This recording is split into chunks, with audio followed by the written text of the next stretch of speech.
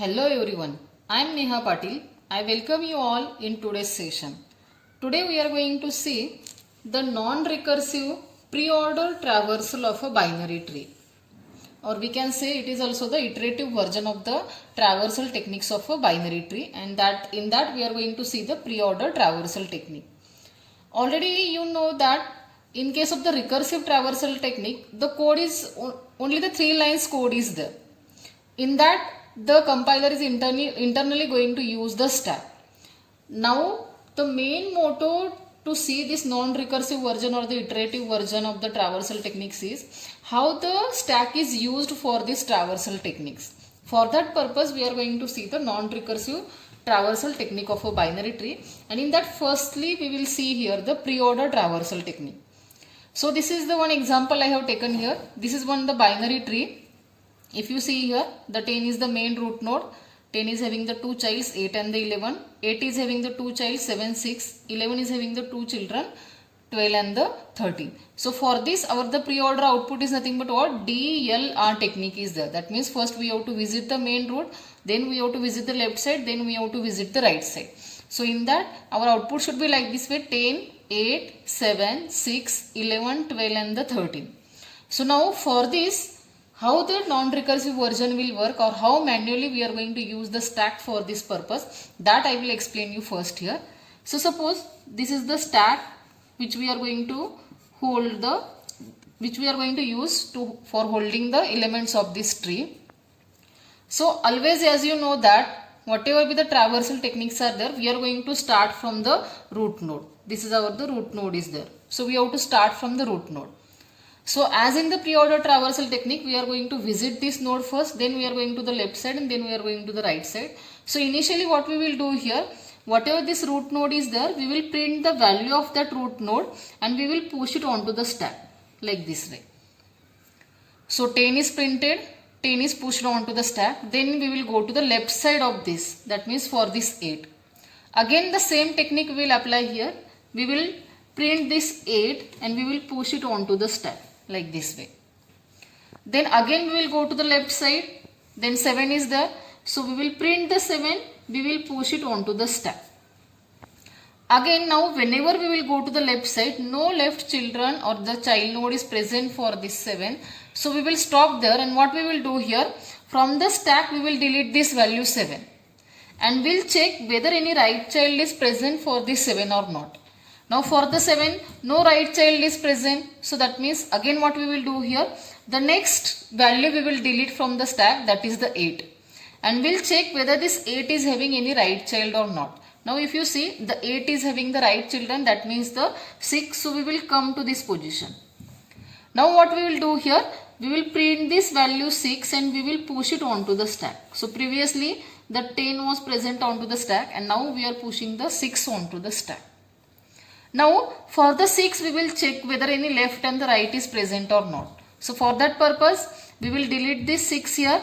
We will check whether any left and right is present, but no left and right is present. So again what we will do here, we will delete the next value, that means 10 we will delete, and we will go to the right of the 10. So now in the right side 11 is present. So now what we will do here, we will print the value 11 and we will push it onto the stack. So stack will get the content like this way. Then we will go to the left side for this 11. We will print that value, we will push it onto the stack. So that means 12 will be printed and 12 pushed onto the stack. Then again whenever we will go to the left side here, then no left children is present for the 12 here. So what we will do here, we will delete this 12, we will go to the right side.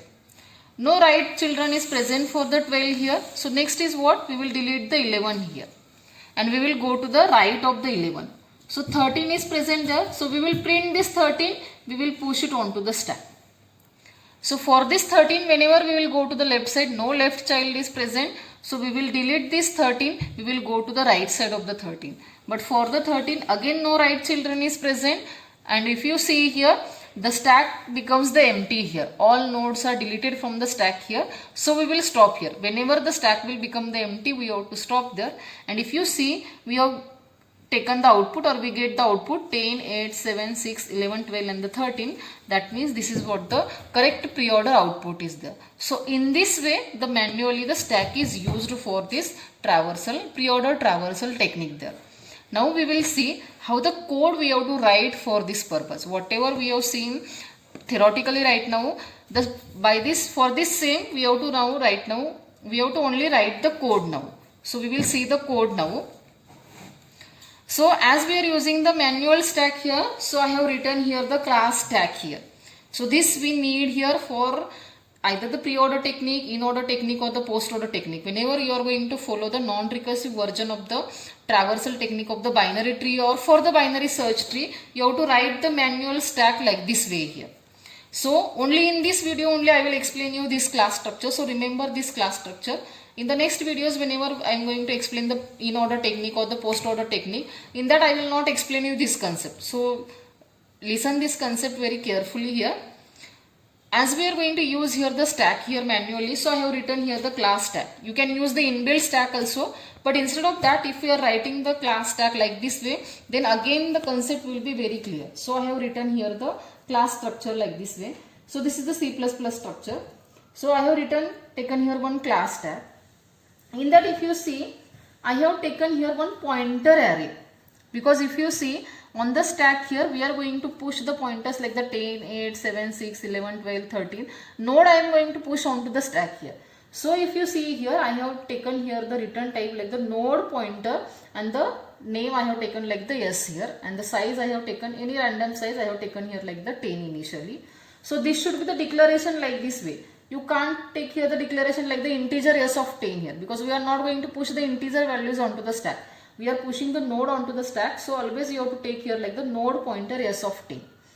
And this is what the next variable integer top. This should be the integer, because only for the incrementation of that stack we are going to use this variable, and it is going to take only the values like the plus and the minus. So the return type is like the integer here. There is no need to take the return type like the node pointer there. Okay, and these are the three functions we need here, that is the push function, pop function and the empty function is there. So for the push, if you see here, we have taken one parameter, that is the node pointer. That means whatever the values I am going to push onto the stack, that are of the type pointer. So here I have passed here the parameter like the node pointer. If you see, for this pop function, I have taken the return type like the node pointer here, because I am going to return the pointer. So that's why here the return type is the node pointer. Again, this is again the node pointer is compulsory. You can't take here like the integer. We are not going to return the integer value. We are going to return the node. So that's why here the node pointer is compulsory. And for the empty function, I have taken like the integer here, because only if the stack is empty, we are going to return the 1, otherwise 0. So that means here for the empty function, we have taken here the integer value. There is no need to take the node pointer there. Okay. So these are the function declarations.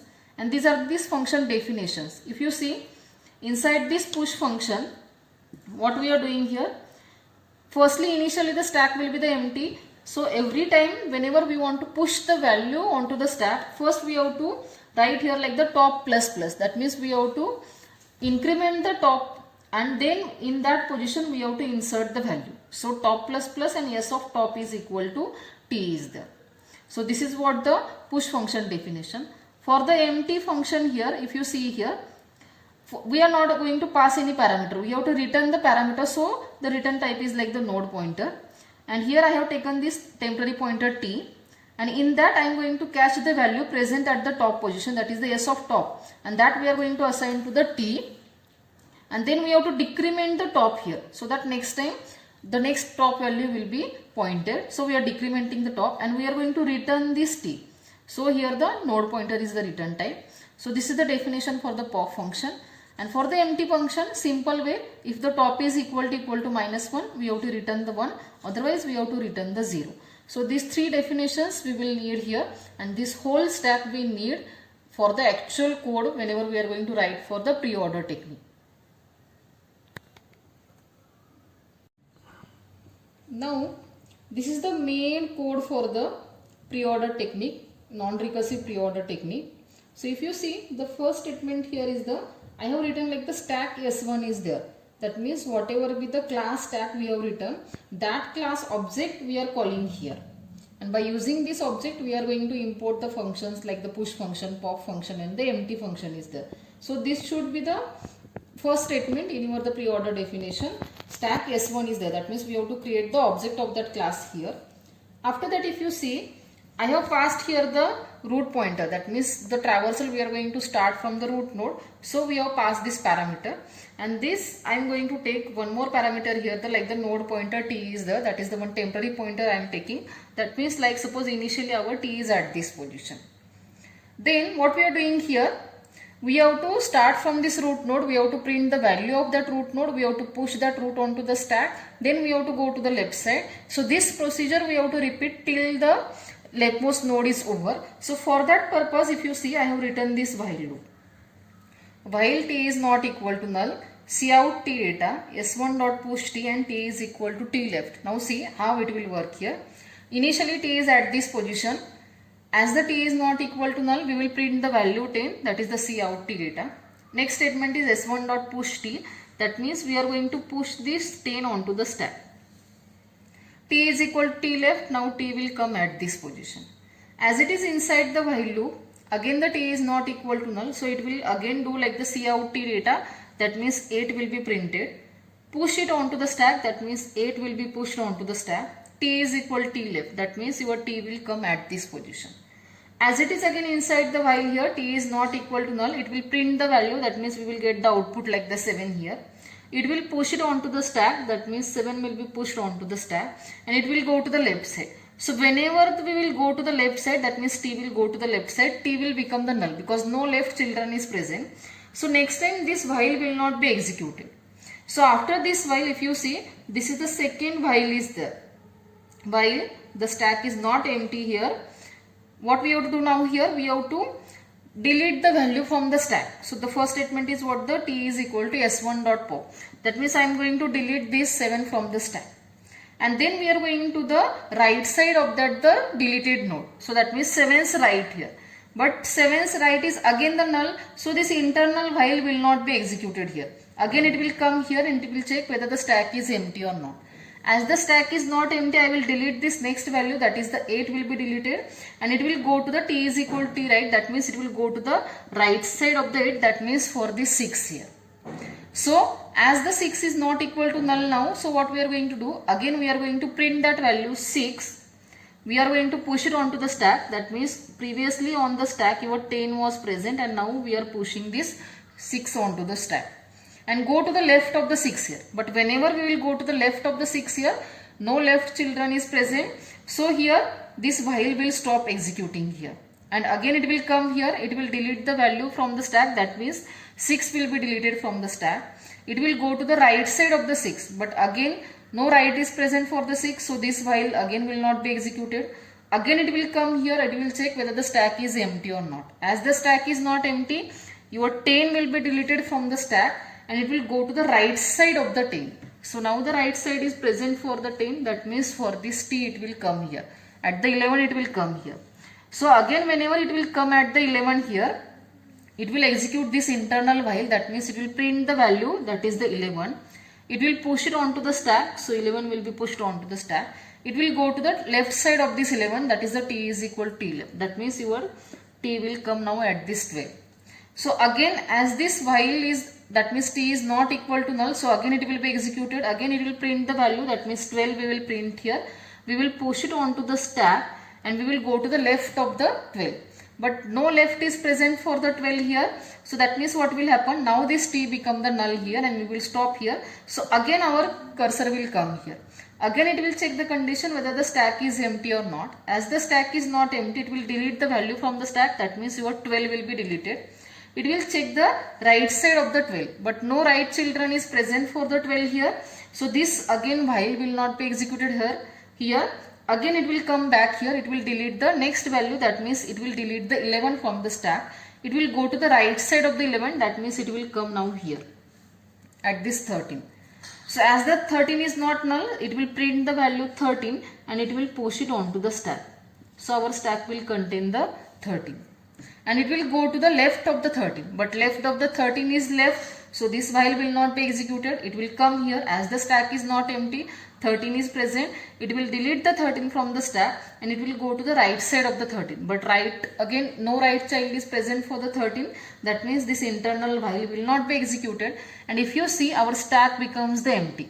No node is present onto the stack. So that means at that time, this whole function will stop executing and we will get the output like the 10, 8, 7, 6, 11, 12 and the 13. That means our the pre-order output is correct here. So in this way we are going to implement the non-recursive pre-order traversal of the binary tree, or for the binary search tree also the same code is there. There is no difference between for the traversal techniques for the binary tree and the binary search tree. Only the difference is in the creation. There is no difference for the traversal. So same code will work for the non-recursive version for traversal technique for the binary search tree also. So this is the pre-order technique is there. So that means what you have to remember at the end here, if you want to implement the non-recursive or the iterative traversal pre-order traversal version for the binary tree, every time we have to remember that we have to start from the root node, we have to print the value, we have to push it onto the stack and then go to the left side. If the left side is present, again print the value, push it onto the stack, again go to the left side. Whenever no left child will be there, then at that time you have to delete the topmost value from the stack and you have to go to the right of that value, deleted value. If any right is present, then again we have to print the value, we have to push it onto the stack and again we have to go to the left side. If no right is present, then next topmost value we have to delete from the stack and then again same procedure we have to do till the stack becomes empty here. And whenever your stack becomes empty, we have to stop there and automatically we will get the correct output there. So this is the whatever we have seen theoretically, that only we have written here the practically. So while writing the code also, if you know how to use the stack here, then you can easily write here the code. If you see, first we have written here the stack declaration, whatever the class, stack and function definitions are there, that I have explained you in the previous slide. So that you have to refer. Then as we are going to start from the root node, so the first statement is there and this is for the checking file. As we are going to start from the root node, print the root node, push it onto the stack, go to the left side. So for that purpose we are going to use this. And whenever we will get this leftmost child, after that we have to execute this second while here. That means after that we have to check if the stack is empty or not. If the stack is not empty, we have to do again the same procedure for the right side here. So if you see, we have written here the code module by module. So same way at the time of the preparation also you have to write the code module by module.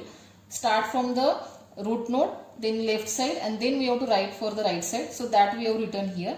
So like this way you have to write the module by module. Then easily you can write the code for the any traversal technique. So today we have seen the pre-order traversal technique. In the next lectures we will see the in-order traversal technique, post-order traversal technique. So I hope you understood this very well. So thank you for watching this video. If you like this, then don't forget to like and subscribe it. Thank you.